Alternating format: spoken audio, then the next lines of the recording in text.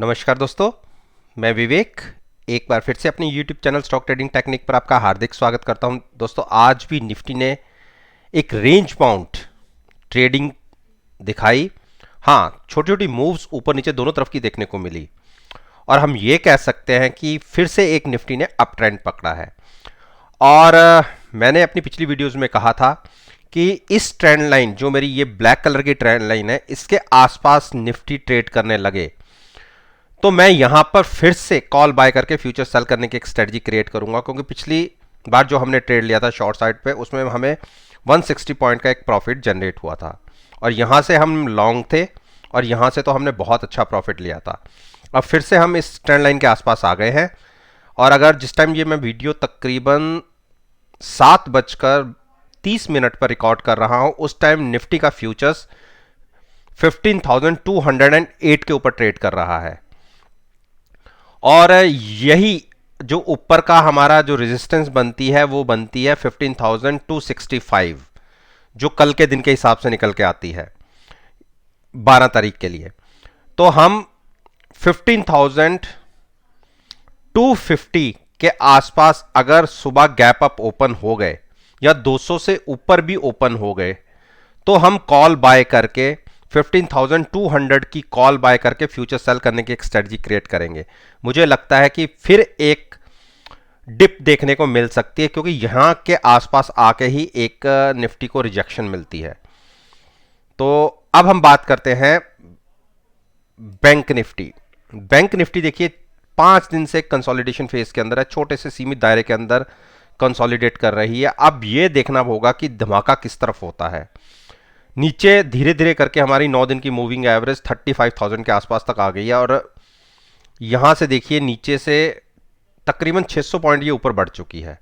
तो अब नहीं लगता कि हमें 35,000 के नीचे का कोई फिलहाल कुछ देखने को मिलेगा बैंक निफ्टी में। लेकिन मैंने अपनी पोजीशन शॉर्ट साइड पर बनाई हुई है और पहले जो 33,900 की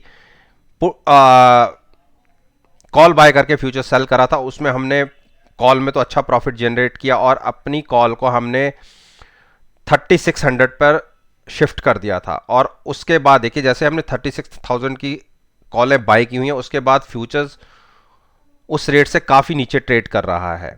तो इंट्राडे में तो हमें अच्छे प्रॉफिट में हम बैठे हुए थे, तो लेकिन मेरी मानना है कि एक बार हम 35,000 तक गिर सकते हैं। तो शॉर्ट साइड पर मैं अभी भी बैठा हूं, लेकिन ट्रेंड अभी तक बैंक निफ्टी का पॉजिटिव बना हुआ है। फ्रेश किसी ने अगर कोई पोजीशन बनानी है तो वेट कर ले 35,000 तक का। अगर 35,000 के आसपास आए और अगर उसके नीचे गिरता भी है बैंक निफ्टी, तो इस ट्रेंड लाइन के आसपास आके संभल जाना चाहिए। तो लॉन्ग साइड पर फिलहाल बैंक निफ्टी ट्रेड कर रही है। वेट एंड वॉच की स्ट्रैटेजी रखिए जिसने नई पोजीशन बनानी है, ना शॉर्ट ना बाय। लेकिन हमारी पीछे से पोजीशन शॉर्ट साइड पर चली आ रही है। हमने 36,000 की कॉल बाय करके फ्यूचर सेल करा हुआ है एक नीचे का अनलिमिटेड प्रॉफिट के लिए, और ऊपर हमने लिमिटेड प्रीमियम रिस्क दिया हुआ है। अब हम बात करते हैं रिलायंस की। रिलायंस में मैंने क्या कहा था कि जैसे ही हमें 1980 के ऊपर, कल मैंने बोला था कि 1980 के ऊपर की हमें क्लोजिंग मिल गई है, अब हम इसे बाइंग करके चल सकते हैं। और देखिए ऊपर खुले, वो प्राइस दोबारा नहीं दिखा और वहां से वन साइडेड बाइंग, और जो मैं अपनी पिछली तमाम वीडियोस में कहता हुआ आ रहा हूं 2120 के टारगेट हमें देखने को मिल सकते हैं। देखिए मैंने 2 बार आपको रिलायंस बाय करवाया था। एक बार पुट बाय करवा के मैंने रिलायंस बाय करवाया था, उसके बाद एक गिरावट देखी, उस वाले में हमें नुकसान हो रहा था। लेकिन एक बार फिर से मैंने 1850 की पुट बाय करके लॉन्ग कराया और उनको देखिए यहां पर एक बार मैंने उन्हें एग्जिट करवाया था तकरीबन 100 पॉइंट्स के प्रॉफिट के साथ, और कल फिर मैंने बाइंग के लिए बात करी और देखिए आज कितना बढ़िया प्रॉफिट। तो बिल्कुल अभी भी आप इसमें लॉन्ग रह सकते हैं, लेकिन अब आपको जो पुट बाय करनी है वो 2030 या 40 की पुट बाय करके अगर पॉजिटिव ओपन हो तो बिल्कुल लॉन्ग करिए। मेरा ये टारगेट 2130 का एक बार फिर से स्क्रीन पर देखने को मिल सकता है, जिसकी मैं बार बार बातें करता हुआ आ रहा हूं। तो लॉन्ग पे रहिए, शॉर्ट अभी मत सोचिए। H D F C bank 3 दिन से लगातार गिरावट, और मैंने कहा था कि एक बार हम यहाँ तक गिर सकते हैं 1560 के आसपास।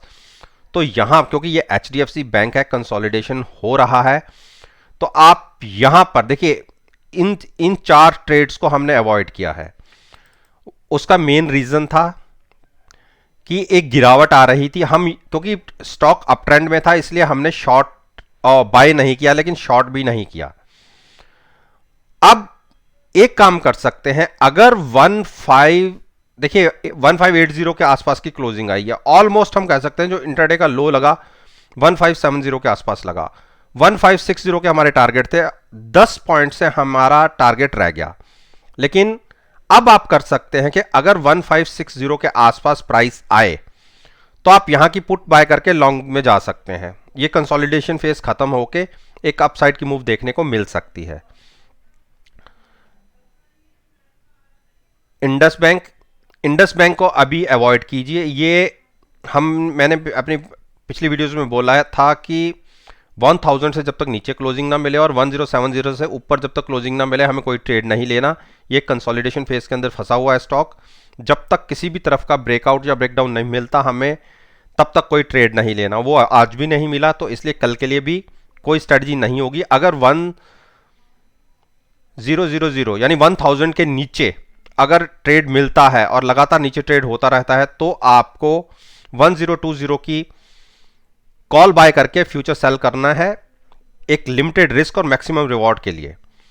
एचडीएफसी में मैंने कल की वीडियो में कहा था कि देखिए ये मेरी जो ट्रेंड लाइन थी इसको ब्रेक करके ऊपर नहीं जा रहा था। कल के दिन में एक उसी के ऊपर एक क्लोजिंग मिली थी और ये भी कहा था कि मुझे पॉसिबिलिटी 90% लगता है कि हम गैप अप खुलेंगे और यहां से एक अपसाइड की मूव दिखा देंगे।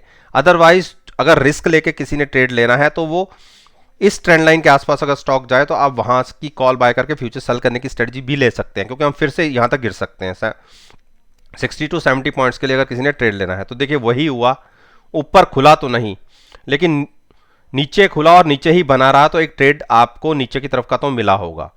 तो कल के लिए भी यही रहेगा कि ऊपर 2785 एक बहुत स्ट्रॉन्ग कल के दिन के हिसाब से एक रेजिस्टेंस है, जब तक इसको क्रॉस नहीं करेगा इसमें कोई ज़्यादा बड़ा पुलबैक नहीं दिखेगा और मुझे नहीं लगता कि 2710 को क्रॉस करके ये स्टॉक नीचे जाएगा।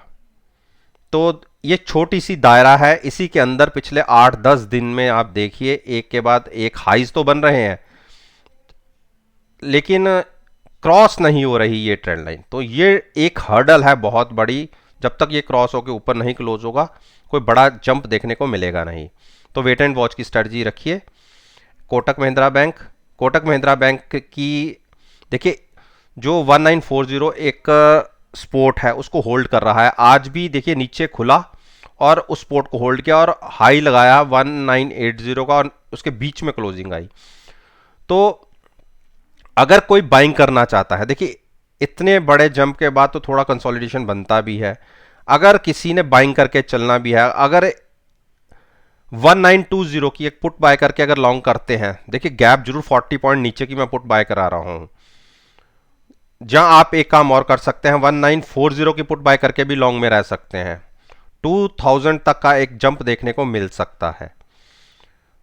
शॉर्ट को अभी अवॉइड कीजिएगा। आईसीआईसीआई बैंक में मैंने एक ये कहा था कि इतने बड़ी जंप के बाद कंसोलिडेशन का फेज चल रहा है, 630 की कॉल बाय करा के मैंने फ्यूचर सेल करने की एक स्ट्रेटजी रिकमेंड की थी। मुझे लगता है कि 615 तक एक टारगेट देखने को मिल सकते हैं। तो एक छोटे से रेंज के लिए नीचे के लिए एक आप ट्रेड ले सकते हैं, लेकिन लॉन्ग को अवॉइड कीजिए। एक्सिस बैंक, इसी तरीके से मैंने एक्सिस बैंक के अंदर भी कहा था कि आप 740 की कॉल बाय करके फ्यूचर सेल करने की एक स्ट्रेटजी बना सकते हैं। और देखिए नीचे की तरफ के हमें कल के दिन में भी एक 725 के टारगेट दिखे थे और आज हम ये कह सकते हैं कि खुले हम नीचे, लेकिन ऊपर की तरफ का 745 तक के टारगेट भी दिखाया और बीच में 740 पर ही बंद हुए हैं। तो ये स्ट्रेटजी हम अभी भी कंटिन्यू रखेंगे। 725 तक के टारगेट हमें दिख सकते हैं क्योंकि बहुत बड़ा रनअप इसने दिखाया था और 8-10 दिन से एक कंसोलिडेशन के फेज में ये स्टॉक चल रहा है। तो स्ट्रेटजी बन सकती है शॉर्ट साइड पर, लेकिन हैजिंग के साथ। एसबीआई में देखिए 400 की कॉल बाय करवा के मैंने फ्यूचर सेल करवाया था। यहाँ पर आप देखिए जिस दिन ये करवाया था उस दिन एक बार स्टॉक 407 तक चला गया था, लेकिन उसके बाद लगातार अगले 4-5 दिन से देख लीजिए एक के बाद एक नए लोज लग रहे हैं। और मैंने अपनी वीडियो में कहा है, पिछली वीडियोस में, मुझे 359 360 तक के टारगेट दिखते हैं। रीज़न, ये जो गैप बना है ये फिल होना भी बाकी है। तो बिल्कुल शॉर्ट में रह सकते हैं जिनकी पोजीशन बनी हुई है, और जो नई पोजीशन भी लेना चाहते हैं तो बिल्कुल वो शॉर्ट साइड पर ले सकते हैं। उनके लिए अब, पहले तो मैंने 400 की कॉल बाय करा के फ्यूचर सेल कराया था, उनको तो अच्छा प्रॉफिट हो रहा है, लेकिन जो और अगर नई पोजीशन बनाना चाहता है तो वो 390 की कॉल बाय करके फ्यूचर सेल करे। लेकिन क्योंकि उनकी नई पोजीशन होगी, वो एक बार ओपनिंग का जरूर देखें। अगर नीचे ओपन हो और नीचे ही ट्रेड करे तो ही शॉर्ट लेना है। टारगेट होगा नीचे की तरफ 360 का। तो दोस्तों, ये मैंने निफ्टी इंडेक्स के अंदर और बैंक निफ्टी के जो फाइनेंशियल सेक्टर्स के स्टॉक्स है उसके ऊपर मैंने अपना ओपिनियन आपके साथ शेयर किया है। और मेरा मानना है कि अगर मेरी इस वीडियो को आप कल के ट्रेडिंग सेशन के साथ एनालाइज करेंगे, यकीन मानिएगा आपको बहुत अच्छे पॉजिटिव रिजल्ट्स देखने को मिलेंगे। वीडियो अच्छी लगी हो तो लाइक जरूर कीजिए, शेयर कीजिए, और मेरे यूट्यूब चैनल को सब्सक्राइब करना मत भूलिएगा। इस बात के साथ मैं आपसे विदा लेता हूं और एक नई वीडियो के साथ फिर से आपके सामने आऊंगा। तब तक के लिए धन्यवाद। Take care and have a